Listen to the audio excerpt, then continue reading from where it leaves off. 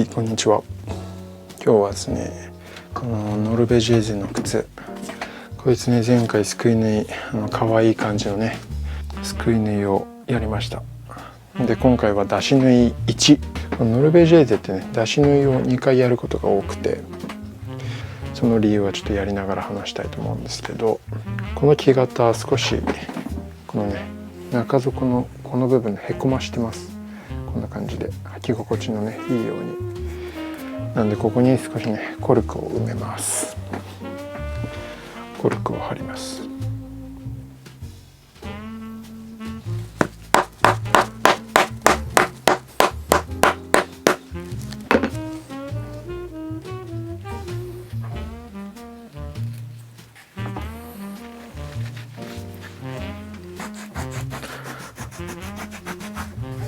はい、こんな感じにね、平らになりました。じゃあ次はね、ここにね、シャンクを入れていきます。シャンクはね、竹を使います。ローファーの時も竹使ったんですけど、その時よりね、大きめのシャンク。こんな風に入るんですけど、もうね、これ曲げてあります。形に合うように。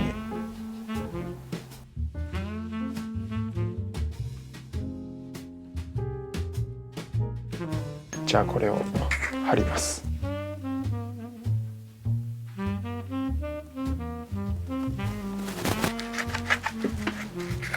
そしたら普段はね、この後シャンク入れたらコルクを入れるんですけど、ノルベジェーゼってあんまりね、ここを見てもらうと分かるんですけどね、コルク入れる隙間がないんですよね。なのでね、コルクじゃなくて革を入れます。シャンクの部分を切り取っときました。シャンクがね、少し厚みがあるんで、厚みを逃がすためにこんな感じに切ってこれを貼り付けます。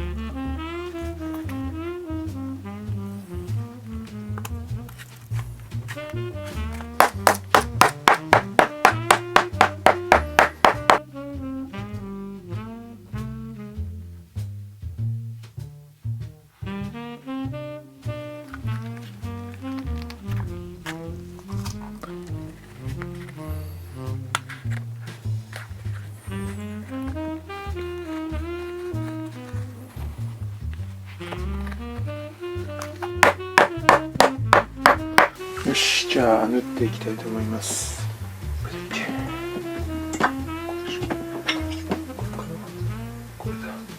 この針をね、使って縫っていきます。よいしょ。いや、ちょっとね、ショックなことが今ありまして、なんか少しね、最近マイクの調子が良くないなと思ってて、なんかね、ノイズが入るんですよ。で、こう触れちゃうのがいけないのかなと思ってたら、ピンマイクがぶっ壊れてまして断線してまして、そんなにね、買ってから時間経ってないんですけど、使い方が荒かったのか断線しやすい個体だったのかわかんないですけど、このさっきまで撮ってたところをちょっと大丈夫かなと思って見直したんですよ。そしたら見事にね、音入ってなくて、多分編集でどうにかできるかできないかわかんないですけど、どうにか頑張ります。なのでね、ちょっとショックです。もう即座に注文しました、新しいの。本当にマイクは必須なんで、まあまあな値段するんですけどね、仕方ないんで大出費だな。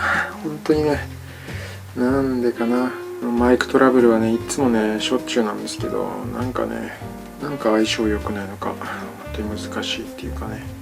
でもね、ピンマイク使わないと全然違うんですよ。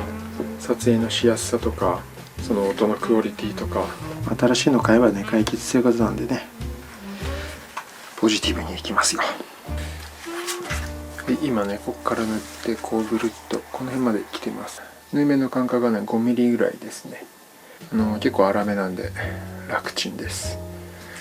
で、このね、アッパーを折り返した本当にこの端っこの部分に糸を入れて縫ってる感じなんですよね。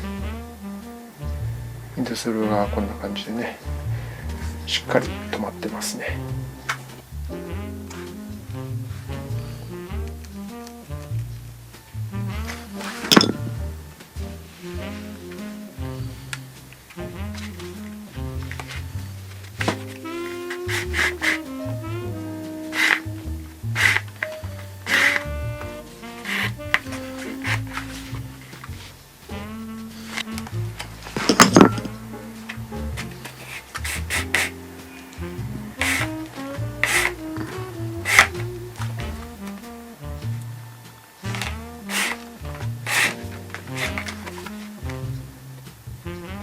ノルベジェーゼ製法はですね、ノルベジェーゼってノルウェージャンとも言うんですけど、ノルウェーのっていう意味ですね。ノルウェーの製法みたいな、そういう意味で、雪国の製法で、スキー靴とかに使われる製法が元になってるらしいんですけど、でそれをこの紳士靴に取り入れたのはイタリアのステファノ・ブランキーニっていう人らしいんですよね。その人は今も生きてるんですけど、すごいね、いろんな技法を使って複雑なね製法をいろいろ考案してる方で、その人が一応紳士靴に取り入れてノルベジェーゼ製法っていう名前を付けたらしいです。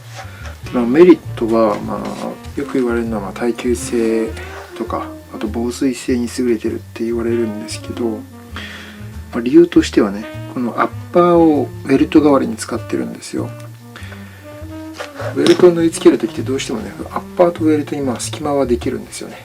でもこのノルベジェーゼってアッパーが L 字になって外側に出てるんで、 L 字になってるここね、雨が当たっても染み込まないんですよね。アッパーとベルトって普通の作り方だとここに隙間があるんで、ここから水が入るんですけど、ノルベジェーゼはそれがないっていうね、そういう風に言われるんですけど、でも縫う時に穴開けてるんで隙間がないというわけではないですね。でもかなりね、縫う時にしっかり手で締めるんで、隙間はかなり狭いんじゃないかな。実際水は入りにくいと思います。普通のベルトを使う製法よりは。多分ですけど、実際に数値で確かめたことがないんで多分な話なんですけど、で出し縫いをね2回する理由、これは装飾的だっていう意味もあると思うんですけど、修理のしやすさっていうところ結構あるかな。これ今ミッドソールつけてるじゃないですか。この後アウトソールをつけてまた縫うんですけど、靴底がすり減ったらそのアウトソールだけの交換でいいんですよね。この今縫ってるこの出し縫い1回目は修理の時にはもう外さない。だから靴へのダメージが、アッパーの革のダメージを少なく修理ができる製法なんじゃないかな。あとはダブルソールにすればね、その分耐久性は上がるしっていうことでね、ノルベジェ製法は個人的には結構好きですね。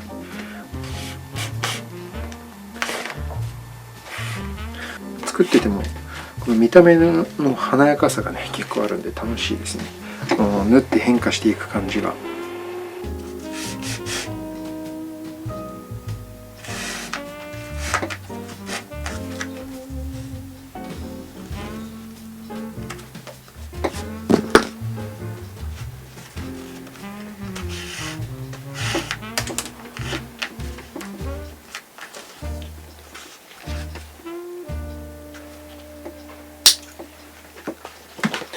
よし、縫えました。なんかそんなに大変じゃないんだけど意外と時間かかっちゃいましたね。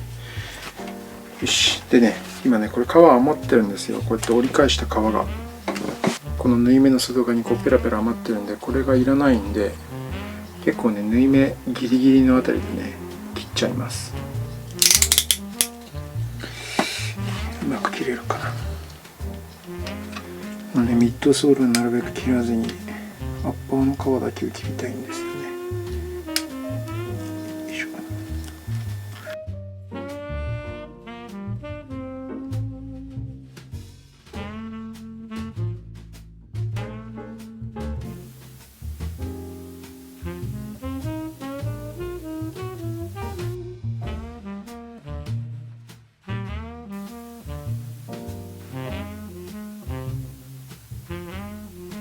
はい、こんな感じでカットしました。すっごいギリギリカットしちゃった。もうあと 0.5 ミリぐらい外側をやった方が良かったかな。でも大丈夫かな。今このねカットした部分結構ケバケバしてますよね。これを押さえるためにトコノールを塗ります。これをちょっとブラシに取ってこれを塗るとケバケバしてる部分が落ち着くんで、よいしょ、こうして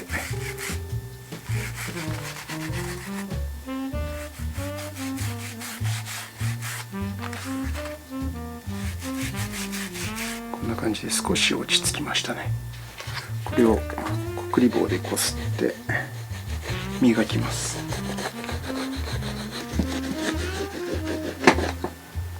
はい、こんな感じですね。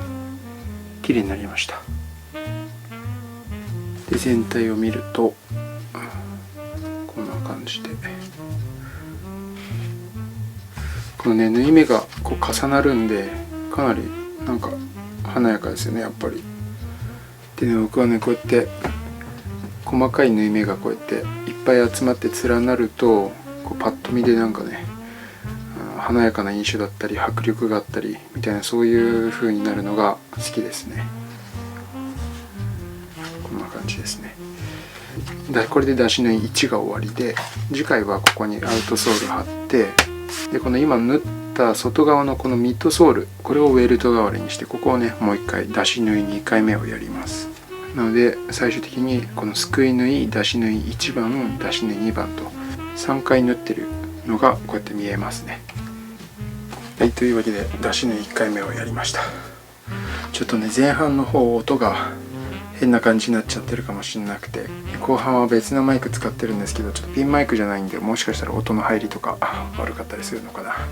なるべく早くね改善したいと思います。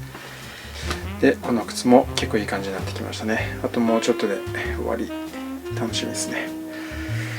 というわけで今回はまあこんな感じで、じゃあまた次の動画でお会いしましょう。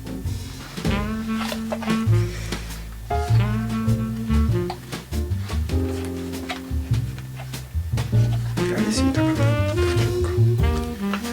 強度はある。